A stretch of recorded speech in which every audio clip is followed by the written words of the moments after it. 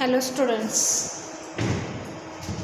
आपण respiration and circulation हा chapter बघत आहोत.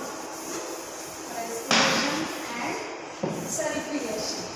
रेस्पिरेशनची definition, then exchange of gases, mechanism of respiration हे आपण सगळं बघितलेलं आहे. रेस्पिरेटरी सिस्टम कुणाशी रिलेटेड आहे ते चॅप्टर? ह्यूमन बीइंगशी related. Respiration, then mechanism of respiration, then internal respiration, external respiration म्हणजेच एक्सपिरेशन अँड इन्स्पिरेशन हे बघितलेलं आहे. then human respiratory system, respiratory organ कोणता आहे? Most important respiratory organ lungs, हे बघितलं. then सर्क्युलेशनकडे आपण गेलो. Circulatory system of human being, human बीइंगची सर्क्युलेटरी सिस्टम, सर्क्युलेटरी ऑर्गन कोणता आहे? Heart. Heart which is this circulatory organ, most important part of our body. each and every organs which is also most important because they can most important function done. they can done the important function. Kidney महत्त्वाची आहे, heart महत्त्वाचं आहे, brain महत्त्वाचं आहे. असं नाही आहे की फक्त हार्टच महत्त्वाचं आहे. किडनी व्यवस्थित फंक्शन करत नसेल तर काय होतं? इम्प्रॉपर फंक्शन असतील तर दे कॅन कॉज दी बॉडीला ते घातक असतात. ठीक आहे. सर्क्युलेशनची डेफिनेशन काय आहे? फ्लो ऑफ ब्लड, ब्लडचा फ्लो बॉडीमध्ये होतो त्याला आपण सर्क्युलेशन म्हणतो किंवा circulated of blood with the help of heart. हार्टच्या साह्याने. Heart which is the most important circulatory organ. ठीक आहे. तर सर्क्युलेशनमध्ये आपण काय बघितलं? ब्लड महत्त्वाचं सगळ्यात. Starting of circulation from the blood. Blood हा सर्क्युलेटरी एक घटक आहे, एक कॉम्पोनंट आहे.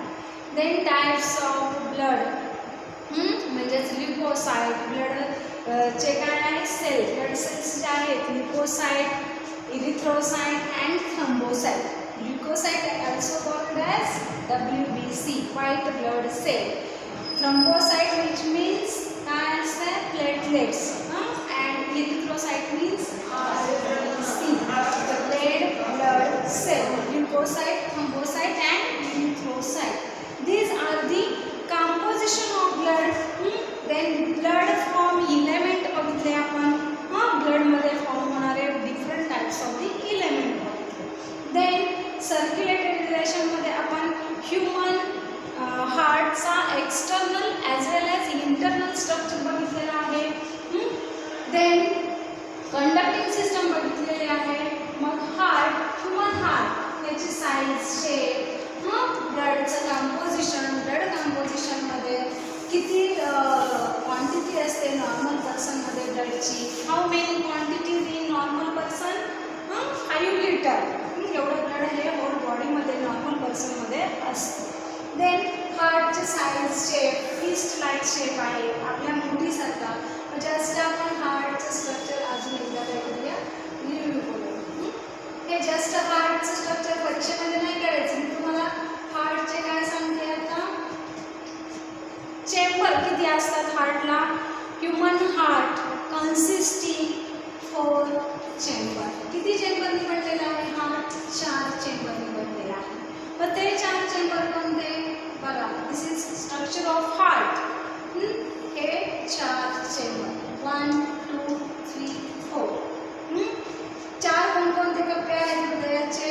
एक लेफ्ट आर्टिकल्स किंवा atricles, right atricles, then right ventricles, left ventricles.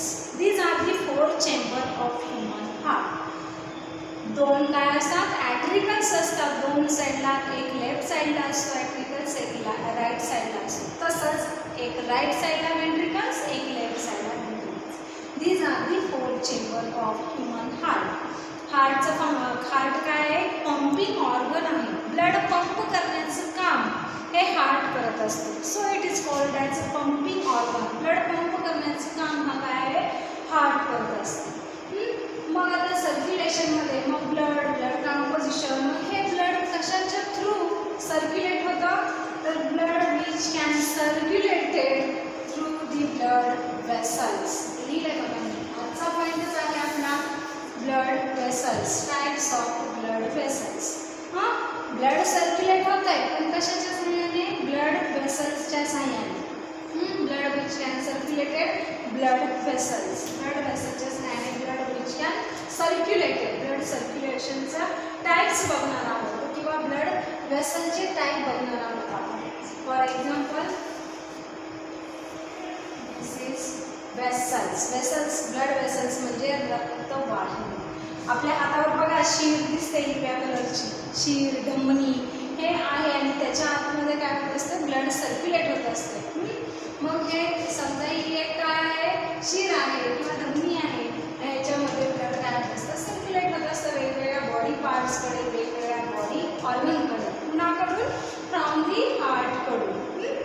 मग आपल्या बॉडीमध्ये, ह्युमन बॉडीमध्ये there are 2 types of the blood which can found. कुठले 2 प्रकार आहेत ब्लडचे, तर एक आहे oxygenated and deoxygenated. Oxygenated blood and deoxygenated blood.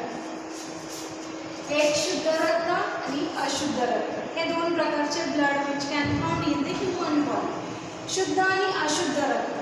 मग अशुद्ध रक्त, डीऑक्सिजनेटेड ब्लड ऑक्सिजनेटेड करण्याचं काम काय हार्ट करत नाहीये, ते ऑक्सिजनेशनचं काम लंग्स करत असते. पण ह्या लंग्सकडे ब्लड कोण देत असते, हार्टद्वारे जात असते. हार्टकडे ब्लड काय होत असते, हार्टकडून लंग्सकडे जातं ऑक्सिजनेशनसाठी आणि ते काय होत असते, ऑक्सिजनेटेड होत असते. ओके, तर आपण आता स्टार्ट करूया किंवा आज काय बघणार आहोत, टाइप्स ऑफ ब्लड वेसल्स. वेगवेगळे टाइप्स किंवा there are 3 types of blood vessels. किती टाइप आहेत ब्लड वेसल्सचे, 3 टाइप आहेत.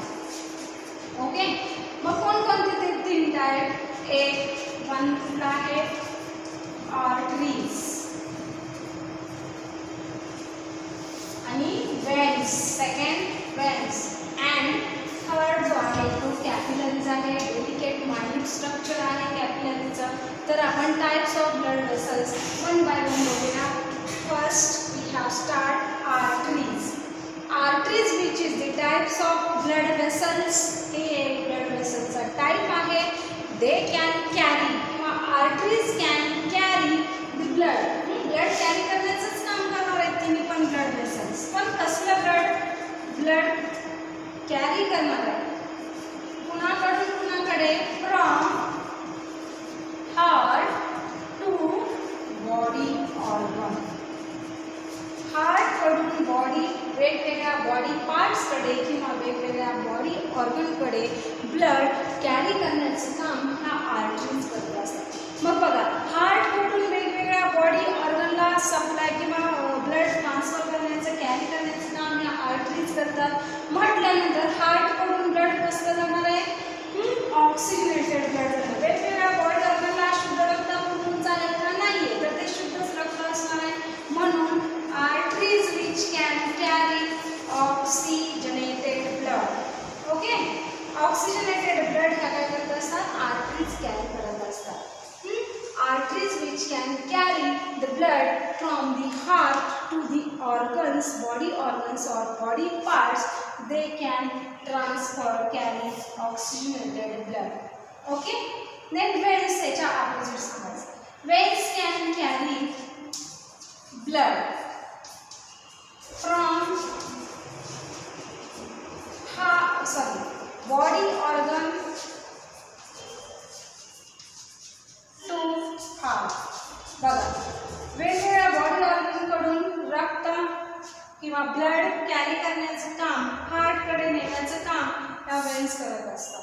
म्हणजेच वेगवेगळ्या बॉडी ऑर्गनमध्ये जे डीऑक्सिजनेटेड ब्लड आहे ते कोणामध्ये असतं, वेन्समध्ये फाउंड होतं. म्हणजेच artery which has oxygenated blood, veins which has deoxygenated blood. Arteries blood carry from the heart veins with blood carried from the different organs to the heart. हा difference आहे arteries and veins मध्ये. ठीक आहे. Then आपण capillaries कडे बघूया. Third types of blood that is capillaries. Capillaries, which is also type of the blood vessels, they can carry the blood also. हे network like असतात. Capillary looks like hair-like structure, or it is also called as minute blood vessels. Capillaries या minute, delicate and small. म्हणून त्याचं structure असं network जाळी सारखं दिसतं. Network like structure. Okay. कॅपिलरीजच्या basement, the basement of capillaries, which is made up of squamous membrane. Single squamous मेम्ब्रेननी basement हे कशाची बनलेली आहे? कॅपिलरीची बनलेली आहे. Then the wall. आता हे बघा, हे जस्ट एक्झाम्पल आपण ट्रान्सफर सेक्शन घेतला कॅपिलरीचा. तर याची जी वॉल आहे आउटमोस्ट, त्याच्यामध्ये स्मॉल पोर्स असतात. Small pores which can found on the wall of arteries. आर्टरीच्या वॉल मध्ये स्मॉल पोर्स असतात, प्रेझेंट असतात. ठीक आहे. तर these are the three types of the blood vessels. लक्षात राहील, आर्टरीज, वेन्स अँड कॅपिलरीज. तुम्हाला शॉर्ट नोट विचारली जाऊ शकतो. Describe variety short note on types of blood vessels. Veins, arteries, capillaries. Then आपण नेक्स्ट पॉइंट कडे वळूया. स्ट्रक्चर किंवा transfer section of the arteries and vein. ते स्ट्रक्चर कसं दिसतंय तर लिहिले बघा. टीएस म्हणजे काय? Transfer section of arteries and transfer section of vein. Transfer section आता इथं मी दाखवली शीर किंवा तुम्ही आर्टरीज किंवा वेन, त्याचा जसा कट घेतला, ट्रान्सफर सेक्शन घेतला, तर इथला पार्ट आहे जो थिन आपण अंडर मायक्रोस्कोप खाली बघितला तर तो कसा दिसणार आहे? हे स्ट्रक्चर असं दिसणार आहे, सर्क्युलर स्ट्रक्चर. आर्टरीचा आणि वेनचं transfer structure. TS of arteries and TS of vein. तर आता याच्यामध्ये काय आहे ते आपण बघूया. ट्रान्सफर सेक्शनमध्ये काय दिसतंय आपल्याला ते आपण बघूया. तर फर्स्ट आर्टरीचा टीएस बघूया आपण. तर आर्टरी अँड वेन्स, तर हे दोन्हीचं काय आहे? टीएस आहे. दोन्हीच्या पण artery and veins section, transfer section which has 3 layer. किती लेअरने बनलेला आहे? 3 लेअरने बनलेला आहे.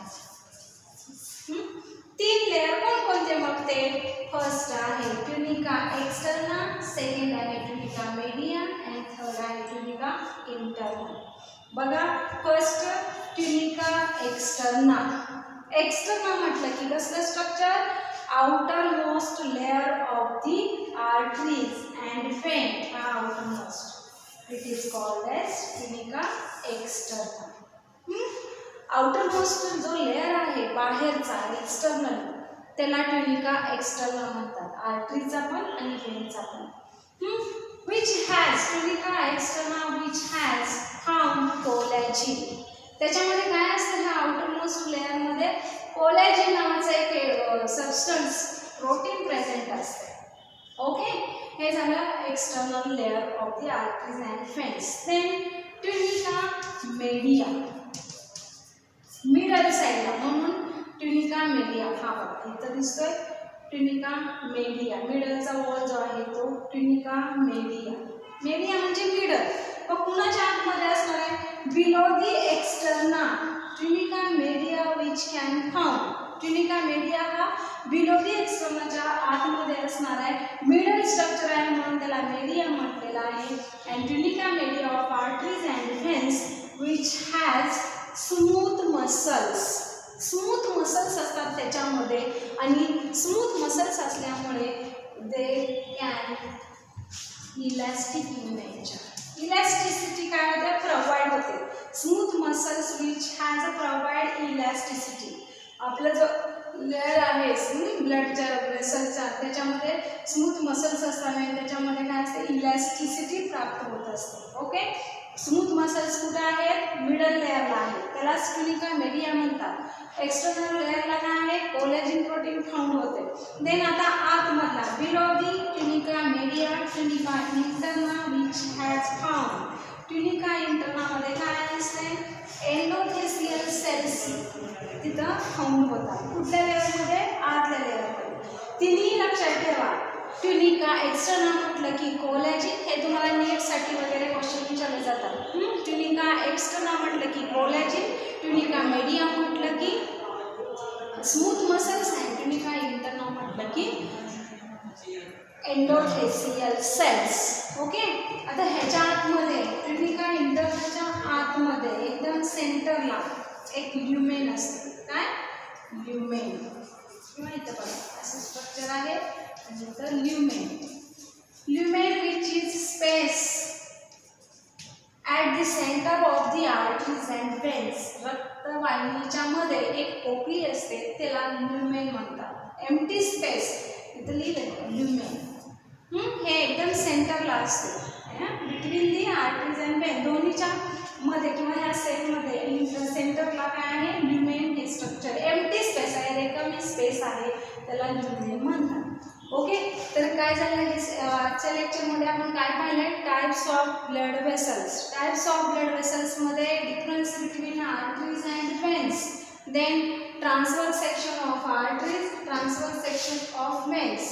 3 types of the blood vessels, arteries, veins and capillaries. तर हे झालं टाइप्स ऑफ ब्लड वेसल्स. आता ह्या चॅप्टरमधला एकच पॉईंट राहतोय, तो म्हणजे कोणता? ब्लड रिलेटेड डिसऑर्डर किंवा हार्ट रिलेटेड डिसऑर्डर. हायपरटेन्शन असेल, कार्डियाक किंवा ECG एक पॉईंट राहतोय. इलेक्ट्रोकार्डिओग्राम हा एक पॉईंट आणि blood related disorder, blood clotting वगैरे जे आहे ते डिसऑर्डर आहेत. मग सर्क्युलेशन हा चॅप्टर पूर्ण संपतोय. याच्यामध्ये काही प्रॉब्लेम असेल तर विचारा. ओके.